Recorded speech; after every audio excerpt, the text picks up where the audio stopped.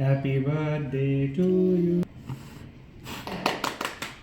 ব্রেকফাস্টে খেলাম জন্মদিনের কেক আর পনির প্যাটিস। কেকটা জাস্ট অসাধারণ সফট আর ক্রিমি ছিল, প্যাটিসের পনিরের পুরটাও খুব টেস্টি লেগেছে খেতে। দুপুরে ছিল 5 রকমের ভাজা, মুগ ডাল, মুরগির মাংস, কাঁচা আমের চাটনি আর পায়েস। প্রথমে ডাল আর ভাজা দিয়ে ভাতটা খেলাম। ভাজাগুলো সবকটি আমার ফেভারিট করেছিল মা, তার মধ্যে কাঁচকলা ভাজাটাও আমার খুবই পছন্দের।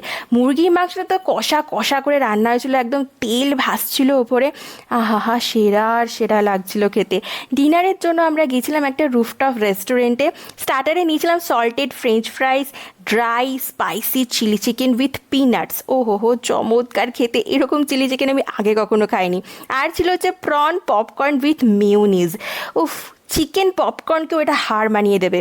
তারপরে ছিল হচ্ছে সানড্রাইড টমেটো পিৎজা, চিজ পুলটা তোমরা জাস্ট দেখলে একবার, অসাধারণ ছিল। লাস্টে ছিল হচ্ছে পানির লাবাবদার আর হচ্ছে মাটার পোলাও।